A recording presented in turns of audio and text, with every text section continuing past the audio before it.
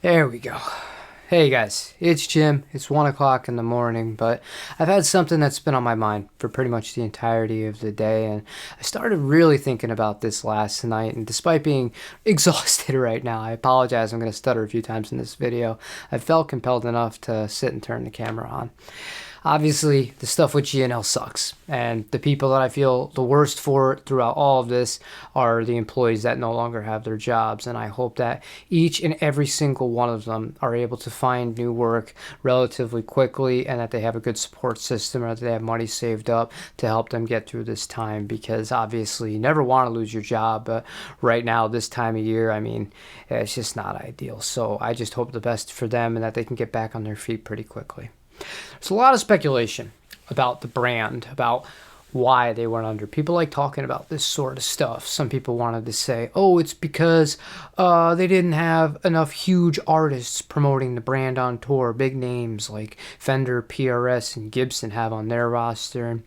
Other people said things like, oh, well, they didn't do enough with marketing to the YouTubers like this idiot over here who just make videos in their kind of house studios and stuff like that. And I guess you can kind of say, yeah, you're a little bit right on that, because I have a hard time struggling to think about people that really promote the brand, that are really well known in the industry. But at the same time, there was a comment that I saw during all these kind of theory conversations about why the brand went under, and it kind of repeated itself so many times that I felt like I was starting to go crazy, because the more I read it, like the more annoyed I got, and the more that it made me want to talk about this, because this isn't the sort of video I typically film, right? I wish, and I'm not the one saying this, I'm just repeating what these people are saying. I wish I had bought one. I was just about to buy one. I wanted to buy one so bad, and now I'm not going to be able to. I really missed the chance, and now X company, they're the ones that I saw rumored on this person's video. They're going to buy it. No, this person's Discord server said this and all this, but at the end of the day, it's never going to be the same, and blah, blah, blah. And the unfortunate reality is, yeah, you did miss the boat when it comes to the GNLs as they were being made, and perhaps, hopefully they are brought back to some capacity, and hopefully they're still, making really high quality stuff in the future. But it leads me to this, and this is really the point of what I want to talk about. As people that buy and consume things, if we're really passionate about a brand, we can't just talk about it.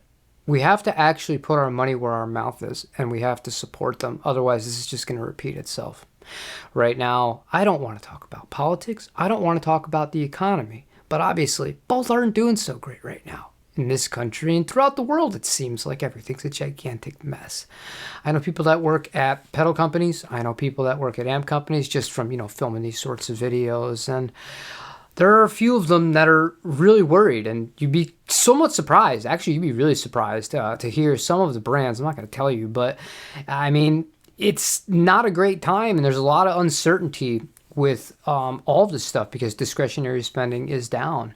So if there's a company that you really want to support and you have the means and it's something that you need to buy, this is the other kind of emphasis I wanted to make on this.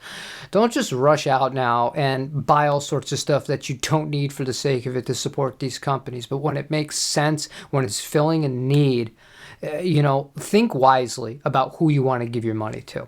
Because a lot of these other companies, the big ones, they're always going to have the backing. They already have so much money behind them, and they can kind of take on a lot more kind of bad times and survive them, so to speak. That's a better word for it.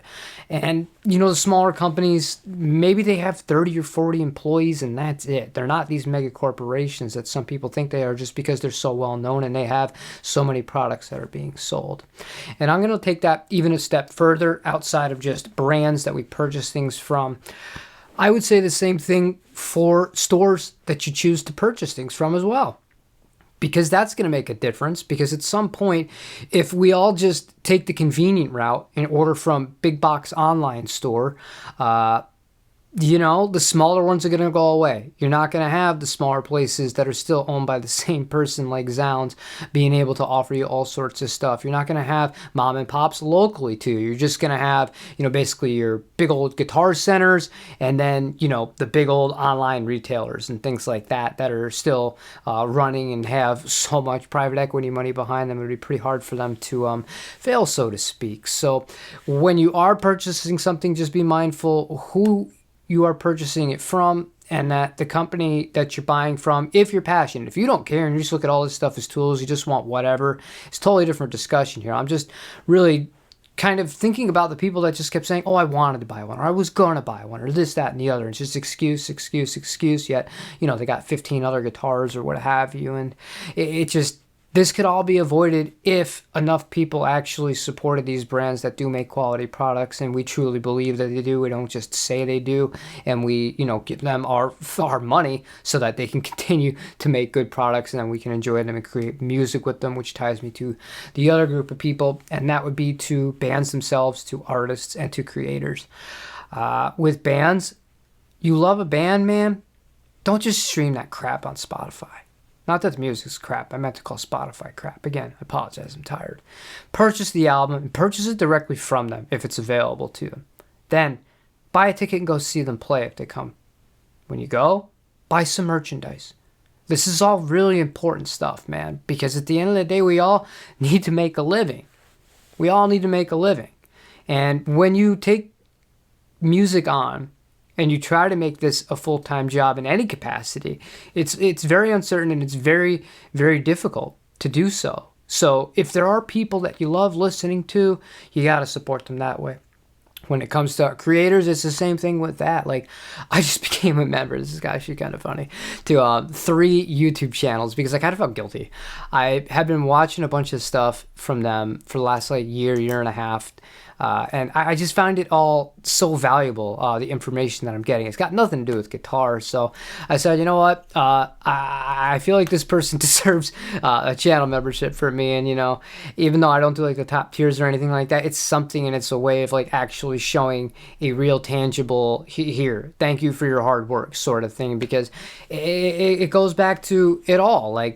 If we don't support artists, we don't support brands that we love, we don't support any of the grassroots stuff, it could all just go away, and you never really know how somebody is doing until it's potentially too late as far as, their financial stability and stuff like that, because most people aren't going to flat out just come out and tell you anything like that. So, yeah, that's pretty much it in the moral of the story. So, if there is a brand that you're thinking about and you really like them, or a store that you don't want to see go under, or a band that you want to see be able to afford to make their next album and make another tour, put your money where your mouth is. Go support them. That's all I have. Love you guys. Take care.